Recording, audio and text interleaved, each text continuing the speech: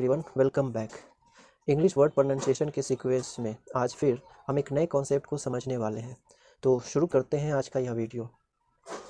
जैसा कि हम जानते हैं, a word is a combination of two or more letters. शब्द दो या दो से अधिक वर्णों का सार्थक मेल होता है, अर्थात छोटे छोटे साउंड यानी लेटर्स के मिलने से एक बड़ी सी साउंड यानी शब्द बनता है। For example BEAT, beat. अतः वर्ड प्रोनाउंसिएशन के दौरान हमें वर्ड के उन सभी वर्णों को बोलना पड़ता है। अगर आप इस बात से सहमत हैं तो मुझे दो प्रश्नों के उत्तर बताएं। पहला प्रश्न है कि किसी वर्ड के प्रोनाउंसिएशन के दौरान क्या उस वर्ड के सभी अक्षरों को बोला जाता है। दूसरा प्रश्न है कि हिंदी के फ, श, च, द तथा थ के लिए इंग्लिश अल्फ़ाबेट में क्या कोई खास लेटर मौजूद है। अगर आप इन प्रश्नों पर गौर करें तो आपको दोनों के ही उत्तर मिलेंगे ना। इसमें सबसे पहले प्रश्न पर गौर करें। जैसे कि एक वर्ड है BAT से बना हुआ, जिसे हम बीट कहते हैं। इन चार अक्षरों से ये शब्द बने हुए हैं। जब हम इसको रीड करते हैं तो इसे हम बीट पढ़ते हैं। इसमें हम B, E तथा T को तो बोला जाता है, लेकिन यहाँ A की आवाज़ गायब है। इसी प्रकार से N, A, T, U, R तथा E, इन लेटर से बने इस वर्ड को हम नेचर पढ़ते हैं।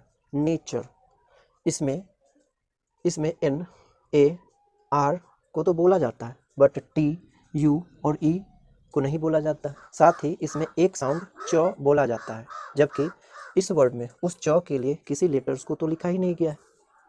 इस प्रकार की कमियां होते हुए कोई भाषा विकसित कैसे हो सकती है। ऐसा है कि किसी भाषा के डेवलपमेंट में किसी एक समाज या प्रांत या फिर कोई एक देश नहीं होता। कोई भाषा तभी पूर्ण रूप से विकसित हो सकती है जब उसमें लचीलापन हो। यहाँ लचीलापन का मतलब रबर या स्प्रिंग की तरह फ्लेक्सिबल होना नहीं है। यहाँ लचीलापन का मतलब है अपनी कमियों को दूर करने की क्षमता, ज़रूरत पड़ने पर खुद में बदलाव करने की क्षमता। और इंग्लिश में यह गुण तो कूट कूट करके भरी हुई है। आज के समय में इंग्लिश सबसे ज़्यादा पॉपुलर लैंग्वेज यूं ही नहीं बनी है। इसके विकास का इतिहास बहुत ही संघर्षपूर्ण रहा है। अपने विकास के क्रम में इंग्लिश अन्य कई सारी भाषाओं के शब्दों को ग्रहण कर रखी है। इसका पूर्ण विकास तो तब संभव हुआ जब इसने एक नए कॉन्सेप्ट को अपने अंदर इंट्रोड्यूस किया, जिसे कहते हैं डाइग्राफ। जिस किसी साउंड के लिए इंग्लिश अल्फ़ाबेट में कोई खास लेटर नहीं होता, उसके लिए इंग्लिश में डाइग्राम का यूज़ किया जाता है। डाइग्राम का मतलब होता है संयुक्त अक्षर, और डाइग्राफ को इस प्रकार से डिफाइन किया जाता है। A digraph is a combination of two letters which represents one phoneme or sound or a sequence of sound.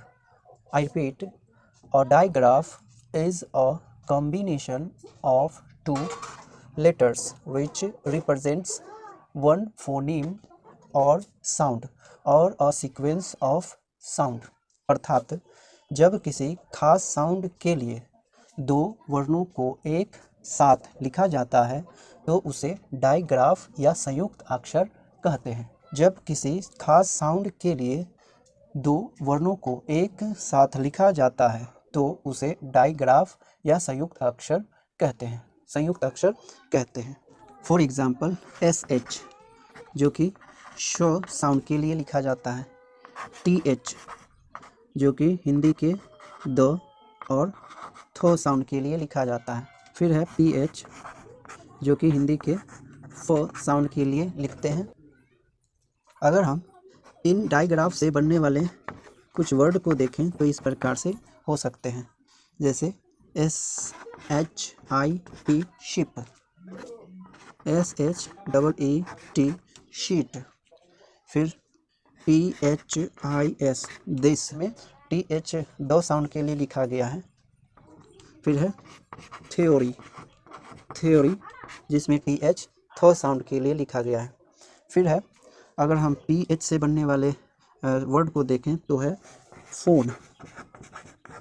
इसमें PH फ साउंड को फ, यहाँ नीचे में नुक्ता लगा हुआ है, इसलिए इसको फ नहीं फ बोला जाता है, और फ साउंड के लिए हम PH इंग्लिश वर्ड में लिखते हैं, फ़ोन। फिर है फोटो, फोटो। अगर हम डायग्राफ वर्ड को विश्लेषित करें तो डायग्राफ दो टर्म से मिलकर के बने होते हैं। पहला है डाई, DI, डाई। यहाँ हम देख रहे हैं DI, डाई, और फिर है ग्राफ। इसमें DI, डाई पढ़ते हैं इसे, और डाई का मतलब होता है दो, और ग्राफ का मतलब होता है कैरेक्टर। यहाँ डाई और ग्राफ, तो डाई का मतलब होता है दो और ग्राफ का मतलब होता है कैरेक्टर यानी लेटर्स। यहाँ दो कैरेक्टर हैं इसीलिए इसे डायग्राफ कहते हैं। अगर यहीं पर तीन कैरेक्टर होते तो उसे हम ट्राईग्राफ बोलते। फॉर एग्जांपल TIO, यहाँ तीन कैरेक्टर एक साउंड के लिए जो कि शो के लिए लिखा गया है। इसी प्रकार से SIO, इसे भी हम शो के लिए लिखते हैं। इसमें भी तीन कैरेक्टर हैं, इसमें भी तीन कैरेक्टर हैं, और इसीलिए इसे हम ट्राईग्राफ कहते हैं। फिर अगर किसी खास साउंड के लिए या किसी खास साउंड सीक्वेंस के लिए चार कैरेक्टर को एक साथ लिखा जाए तो उसे टेट्राग्राफ बोलते हैं। टेट्रा का मतलब होता है चार और ग्राफ का मतलब कैरेक्टर। तो चार कैरेक्टर से मिल करके अगर किसी साउंड सीक्वेंस को रिप्रेजेंट किया जाए तो उसे टेट्राग्राफ कहते हैं। फॉर एग्जाम्पल TURE, ये जो है इसे हम टेट्राग्राफ बोलेंगे, जो कि चर साउंड के लिए लिखा जाता है।